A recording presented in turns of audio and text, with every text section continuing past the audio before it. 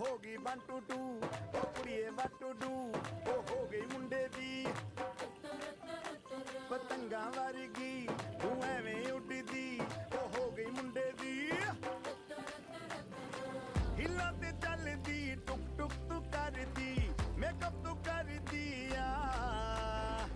ਅੰਗਰੇਜ਼ੀ ਪੜ੍ਹਦੀ ਗਿਟ ਪਿਟ ਤੂੰ ਕਰਦੀ ਜਿਵੇਂ